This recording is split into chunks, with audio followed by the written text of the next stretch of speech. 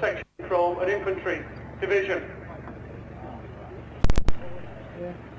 The production numbers for talking about for visiting pilots. It's not yet a relic, but it's driven by two of them.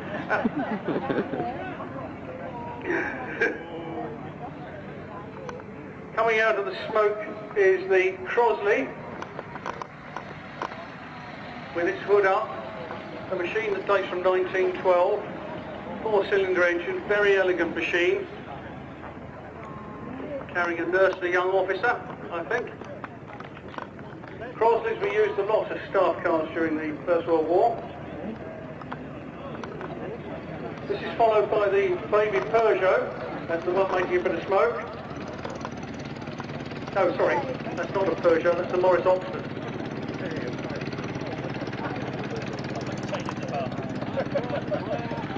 And this is a pre-bulk manufacture machine. This was a handmade machine before they went onto the production line.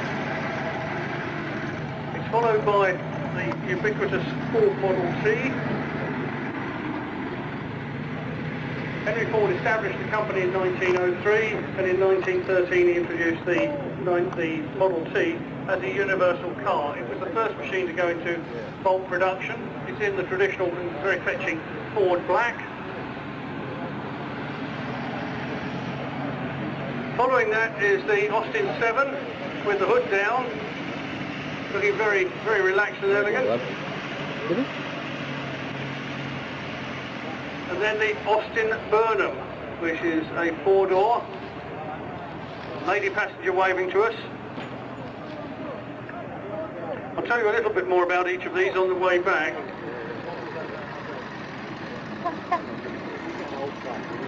And the man in the fancy hat and the striped jacket is Mr. Neil Thomas, driving the Jowett. And the lady passenger looking not too terrified.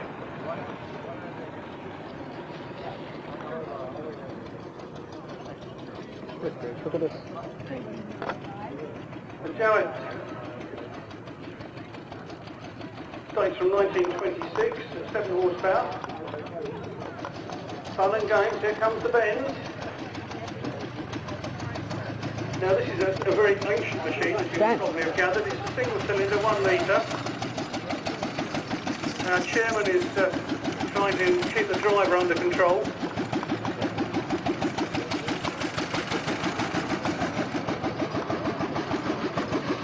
You could have bought this brand new for £320. Now let's see if it goes uphill.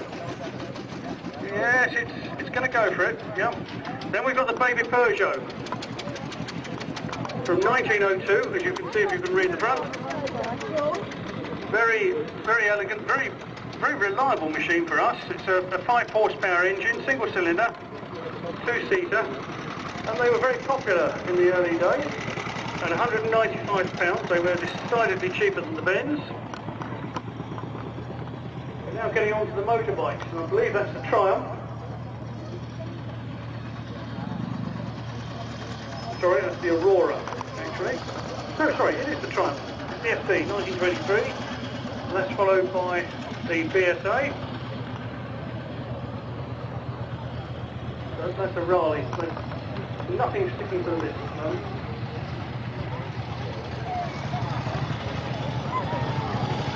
Now we have a BSA.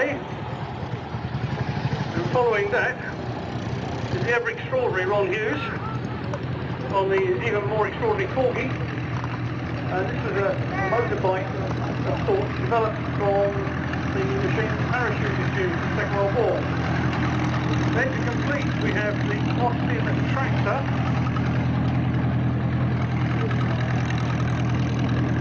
Dates from 1919. It was bought by Richard Shuttleworth to work in the forest and do the logging. It still runs very well when it feels like it. I find it extraordinary looking thing. You couldn't describe it as anything else, could you? It's a Hoppia, Schwanz, Clayton and Shuttleworth machine. It was built in Hungary by a subsidiary company. It was purchased by the trust from us, and it's been Sopwith drawing board. They're in the car though. Was the famous Sopwith Camel.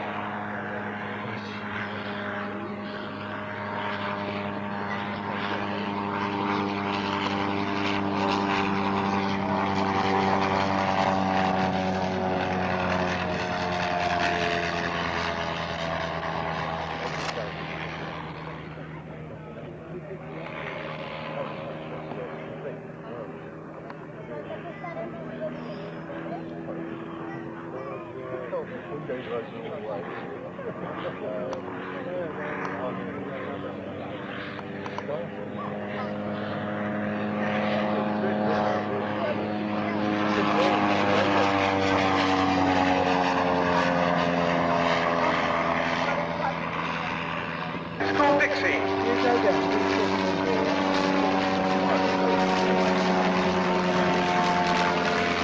And keep it straight. Now, miss the bumps of the runway and just settle her in. And flip the throttle every now and again, just keep the power there.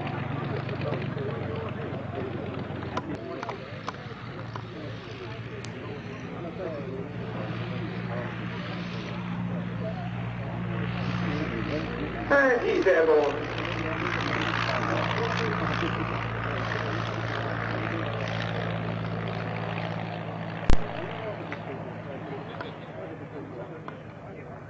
This is as far as the aircraft of the Royal Flying Corps is concerned. Two names will spring to mind: the Sopwith Camel and the SE5 or SE5A.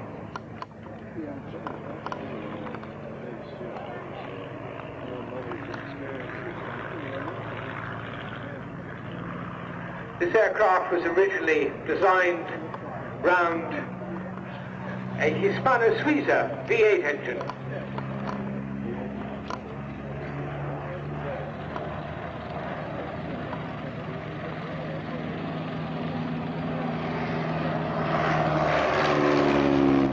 This was the Royal Flying Corps in June of 1917.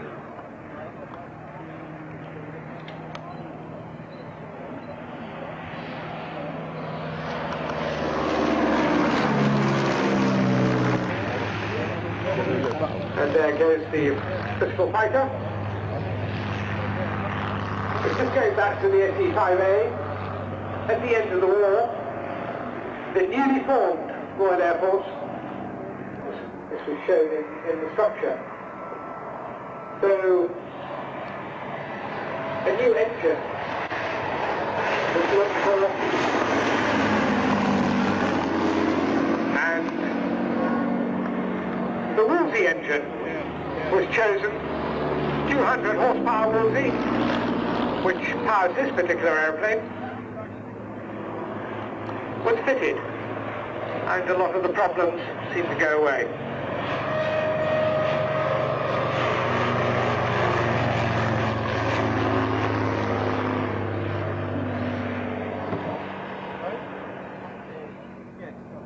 And yet now Will Collins, who is known throughout the Royal Flying Corps as the Brisfit.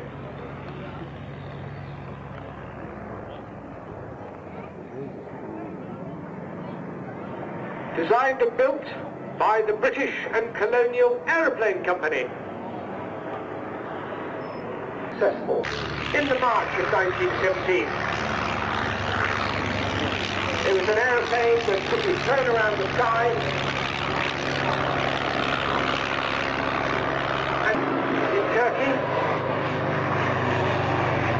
and then went off charge and was acquired by one Captain Ogilvy.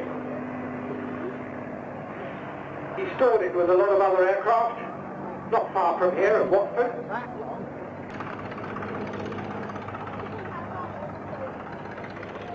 Brisfit coming in. No side slip, straight approach. And sinking down. He'll hold off, miss the bumps. Yep. Ding. There we are. And from your left aft. As a company, LVG built many reconnaissance aircraft, light bombers, and on that I noted somewhere in my notes that an LVG, where did I put it? I've got to get this right. Oh yes. November the 28th part, which I think out of their collection of Spits, it's a Spit 5 with clip wings. The Lancaster flown today by Flight Lieutenant Andy Sell, and the Spitfire flown by the leader of the flight. We are privileged today, the OC of the flight, Squadron Leader Paul Day, affectionately known as Major. The sound of the Merlin.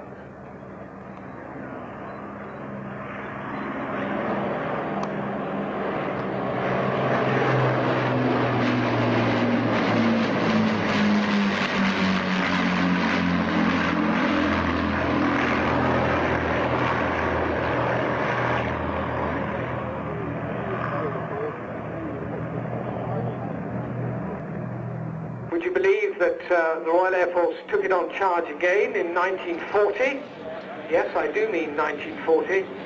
To take part in an aircraft, I'm told by those who fly it, has very little vice, so it was an ideal training aeroplane.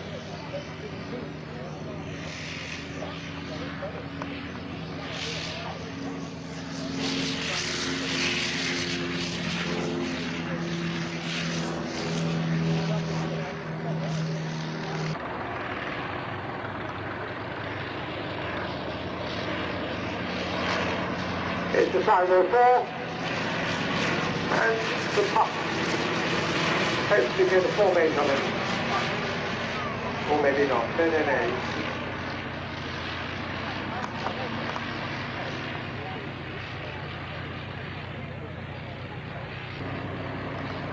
Let me tell you about the Pup. Officially known as the Sopwith Scout, but was actually known as the Pup, used by both the Royal Flying Corps and the Royal Naval Air Service.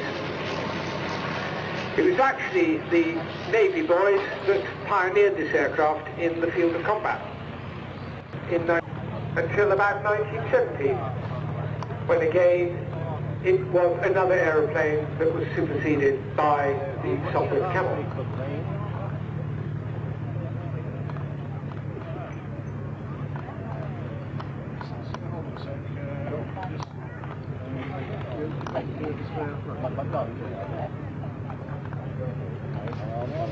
In naval service with number 3 Naval Air Squadron. Hello, Dan. In that particular squadron accounted for over 80 enemy ships shot down with this particular aeroplane. It's enough permanent, mate, thanks.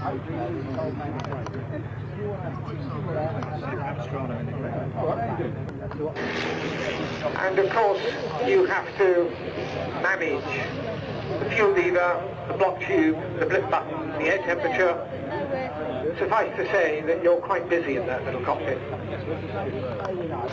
That little windscreen that you see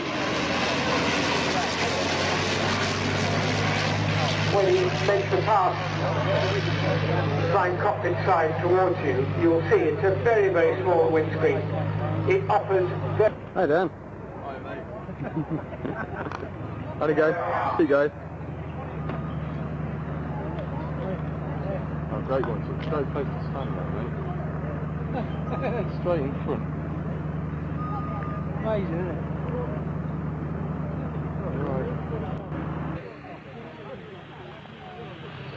And he's just been given clearance to take off, and away he goes. It shows you how dry the ground is getting. Down the bluff.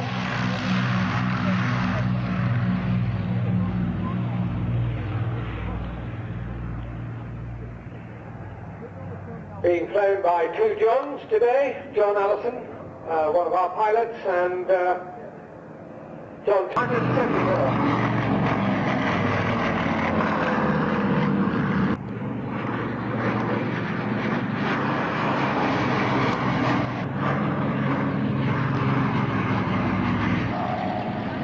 And as the Annie comes in, the 2 Johns bring it in.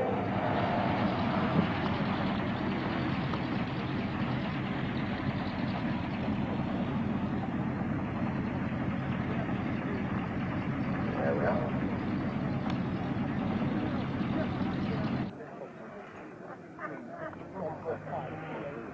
Yeah, I'll be honest with you. We've lost the light under here. What do you see there? Oops.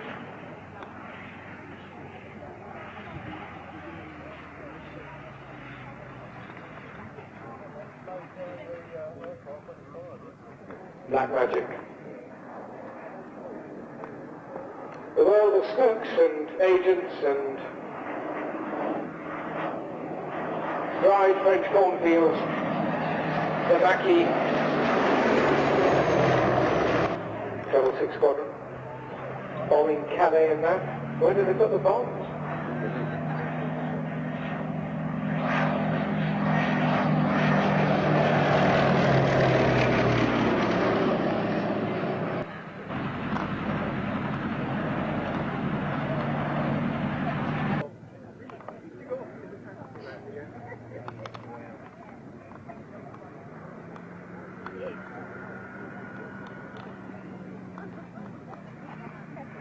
And then we think the Hurricane and Spit will emerge from behind us and do a pass from their lineage to this aircraft.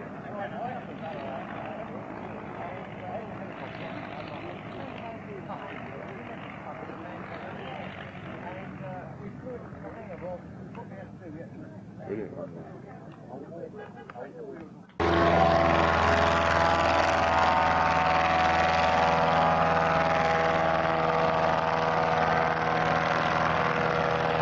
Ladies and gentlemen, you can't get more basic than that.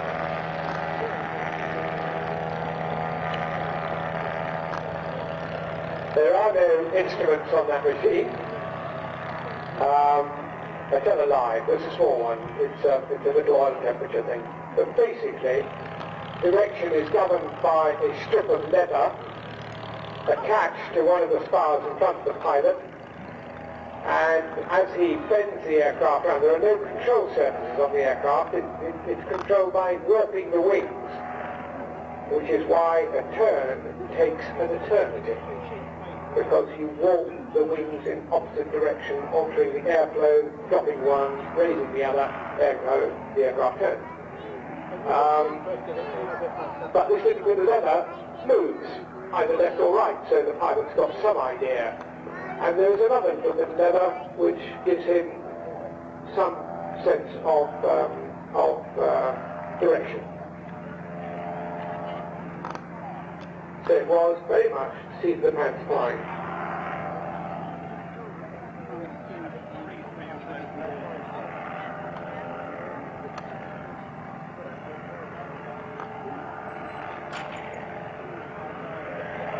It looks as though the Avro TriPlane is going out again. He's waiting for the box kite to overfly.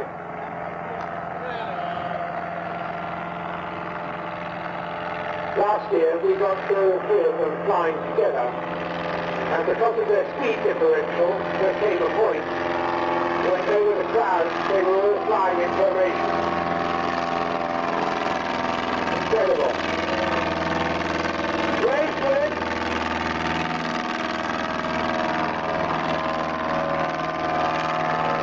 Very glad that taking his one hand off the stick. Okay, the Avro is going to go again, and I think, hopefully...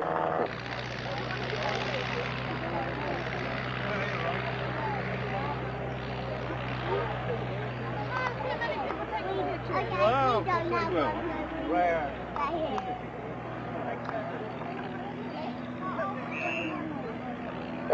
Very Slytherin, right, I've been asked because things need to be organised, because the prizes are quite exciting. You win a flight in a Tiger Moth, and blue ticket number 87 with C. Morgan, you win a flight in the Manchester. So go and collect those from the height sprint.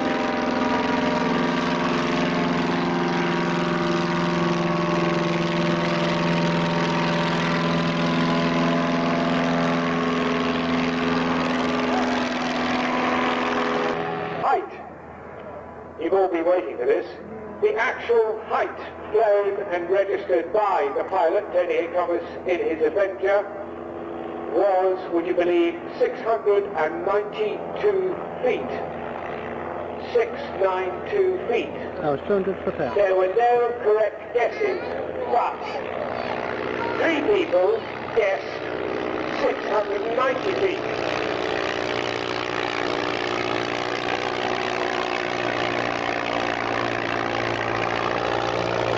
And as a result, the 3 people were our hail of great Hallwood, looks like Hallwood, our hail, Robert Reed of Bristol, and Gavin Boyle of Lake Buzzard. Might get a superb photograph. I hope.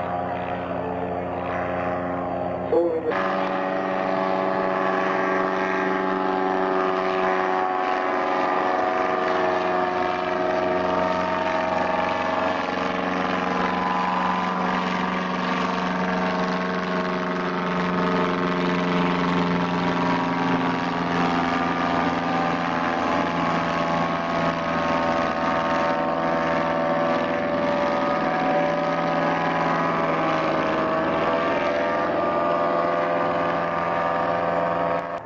No, they won't, I don't think.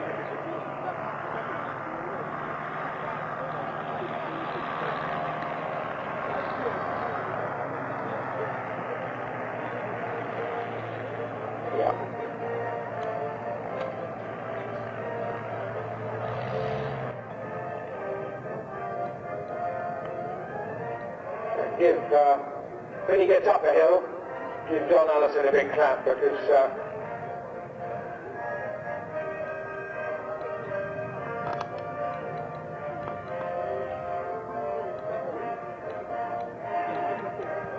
sorry?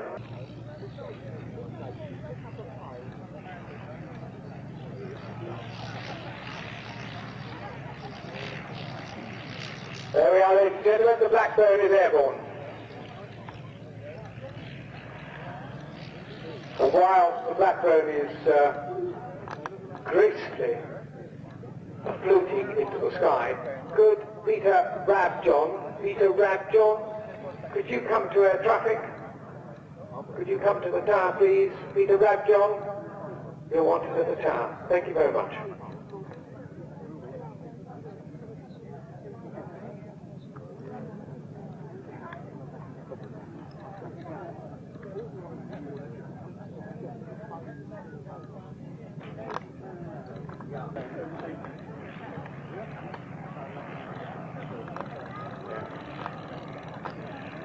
There we are, you photographers.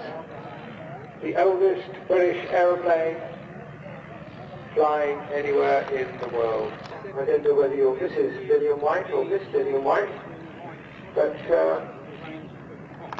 you're soon to be 91, I understand. So, madam, you're the same age as this aeroplane. I'm sure you look a lot better than the aeroplane.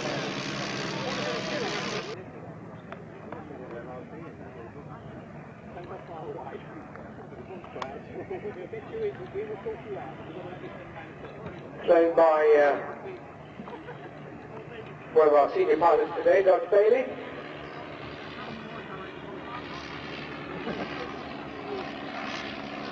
It is an aeroplane that has to be nursed.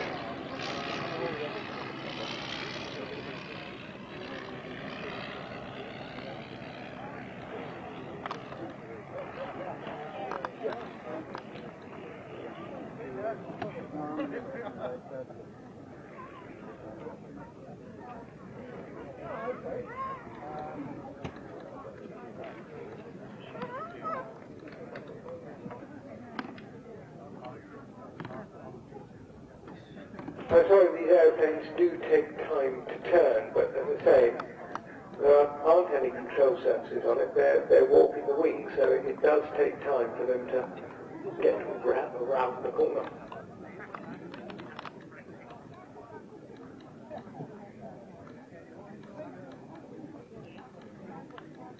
There we go, down to landing.